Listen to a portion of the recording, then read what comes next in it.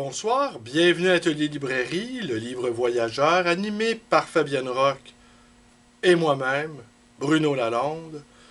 Nous sommes à Montréal le 19 janvier,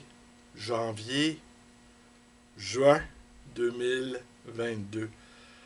Alors, je vous raconte une petite histoire. Il y a quelques années, nous avons fait notre premier vol ensemble, Fabienne et moi, afin d'aller rencontrer ses parents dans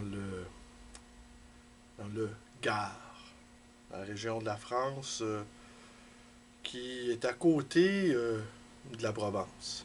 Hein? Alors voilà, le fameux pont du Gard construit par les Romains.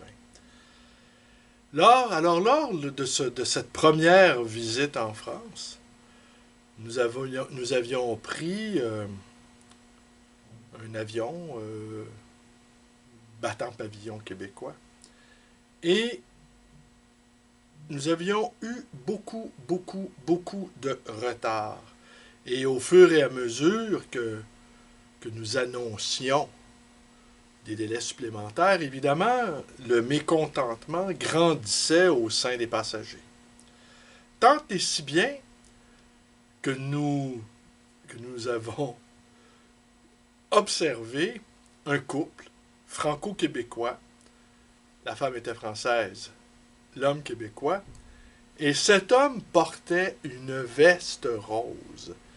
Et il s'agitait, il faisait du cinéma, il gueulait, il était intempestif, ce qui était, ma foi, assez étonnant en tout cas.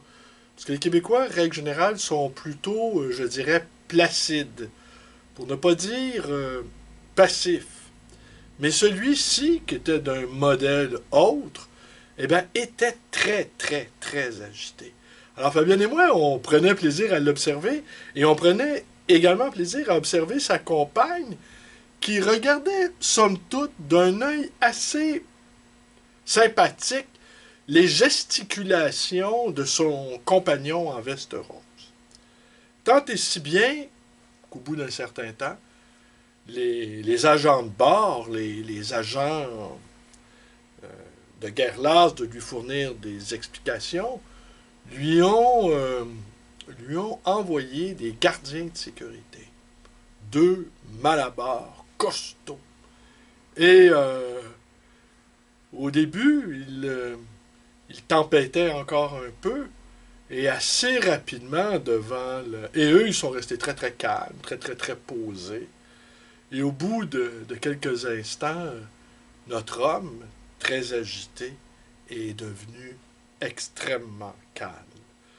Et on a beaucoup ri de ça, Fabienne et moi, de ce couple franco-québécois qui pouvait s'apparenter au nôtre. Sauf que, évidemment, moi, je suis infiniment plus calme que ce Québécois un peu transformé par les mœurs françaises. Tant et si bien que c'est resté dans notre discours à Fabienne et moi, quand je m'énerve un peu, ce qui arrive plutôt rarement. Tiens, tu vas mettre ta veste rose. Et l'homme à la veste rose, s'il savait à quel point, 6 ans plus tard, il continue d'occuper nos esprits, tant et si bien que je me suis porté acquéreur, l'hiver dernier, d'une veste rose qu'il me fait plaisir de vous montrer. Lors de ce voyage qui finalement, notre vol, n'a pas eu lieu ce soir-là. Il a eu lieu le lendemain soir. Alors, nous avons passé 24 heures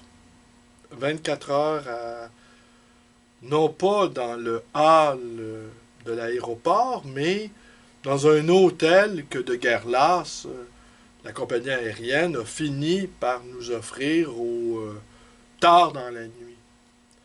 Mais nous avions pu échanger avec les passagers, nous avons pu observer le comportement, entre autres, du père d'un des cinéastes les plus connus, probablement au monde, en tout cas très sérieux. Oui, au monde, ok. Et le père lui-même est connu, mais pas autant connu que son rejeton.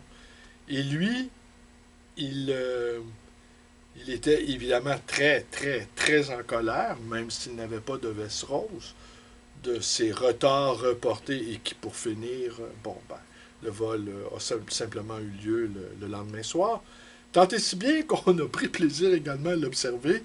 Il marchait dans les allées, euh, rouspétant, ulcéré, cramoisi, tandis que sa jeune compagne euh, le suivait derrière à pas menu.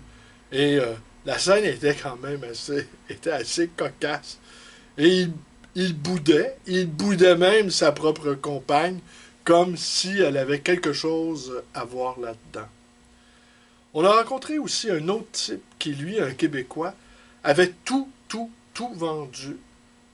Et on n'a pas trop saisi au juste pourquoi, mais il allait s'établir à Marseille où il voulait faire des affaires. On ne sait pas trop pourquoi non plus. Il nous a paru assez étrange ce mec. Un, un grand type à la peau basanée et qui nous confiait ne plus rien posséder. Et qu'il recommençait sa vie à zéro à Marseille, quand même à un âge, la petite cinquantaine, assurément, puis peut-être un peu davantage. Ça aussi, ça nous a étonnés.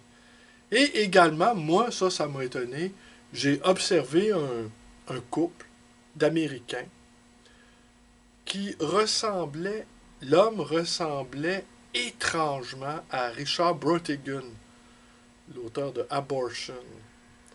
Et, et j'en ai déduit, peut-être de manière tout à fait fantaisiste, qu'il était un poète. Dans sa manière, lui, les retards annoncés n'avaient aucune prise sur lui. Il avait l'air d'une sorte de moine, à la fois d'un poète et à la fois d'un moine zen, revenu de tout. Et sa compagne, plutôt hippie aussi, parce qu'il y avait les cheveux longs qui allaient jusqu'aux coudes, jusqu'aux épaules, le néo-poète américain, beatnik, eh bien, elle aussi prenait avec bonhomie tous ses retards. Alors finalement, nous nous sommes retrouvés tard dans la nuit dans une chambre d'hôtel où de notre fenêtre qui ne s'ouvrait pas, on pouvait observer sur le tarmac les voitures, les avions cloués au sol.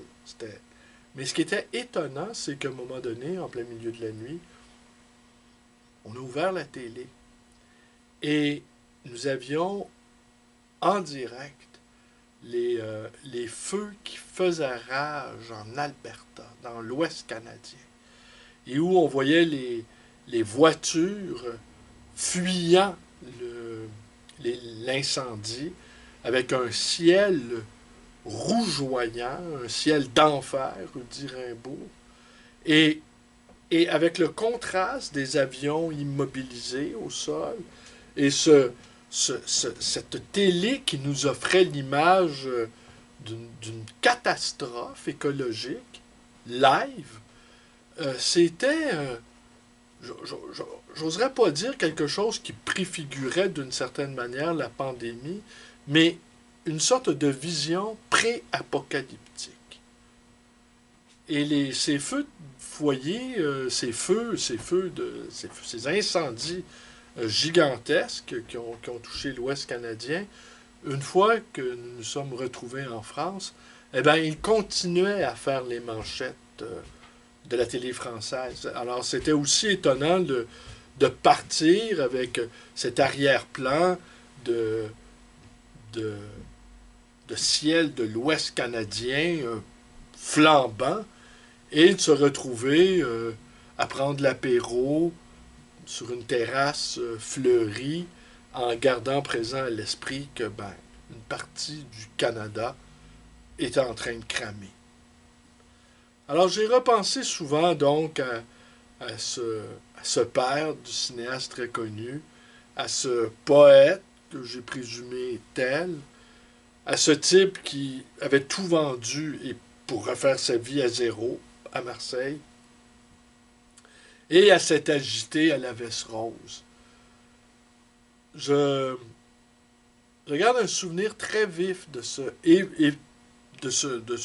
voyage, finalement, qui a été écourté d'une journée. Et quand je me suis retrouvé à rencontrer mes beaux-parents, alors vous imaginez un peu des, des beaux-parents qui se retrouvent avec un nouveau gendre québécois, une sorte d'extraterrestre apparaissant.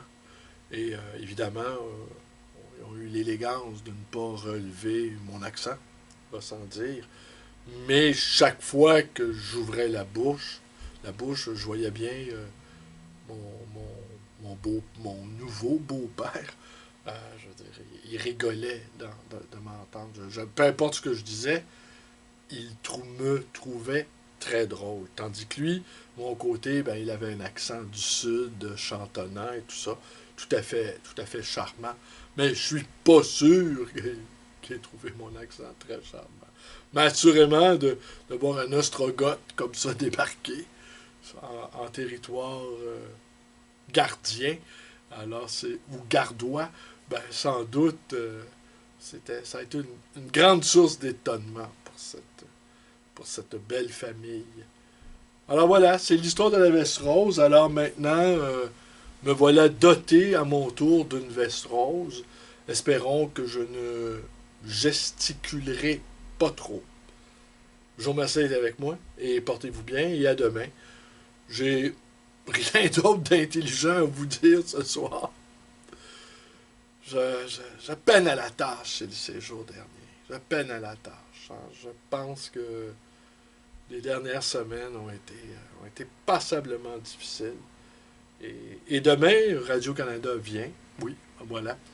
Et sans doute, il y aura encore un épisode d'une télésérie tournée à l'atelier librairie, le Libre Voyageur. Et il est question de garder le nom. Alors, ça pourrait être pas mal amusant de retrouver encore la librairie dans une télésérie. Comme ça a eu lieu l'automne dernier, où une équipe de tournage a investi l'espace pendant quelques jours pour une télésérie que plusieurs clients me disent avoir vue. Ah, j'ai reconnu votre librairie. Et ben voilà, c'est tout. Je vous remercie d'être avec moi. Portez-vous bien.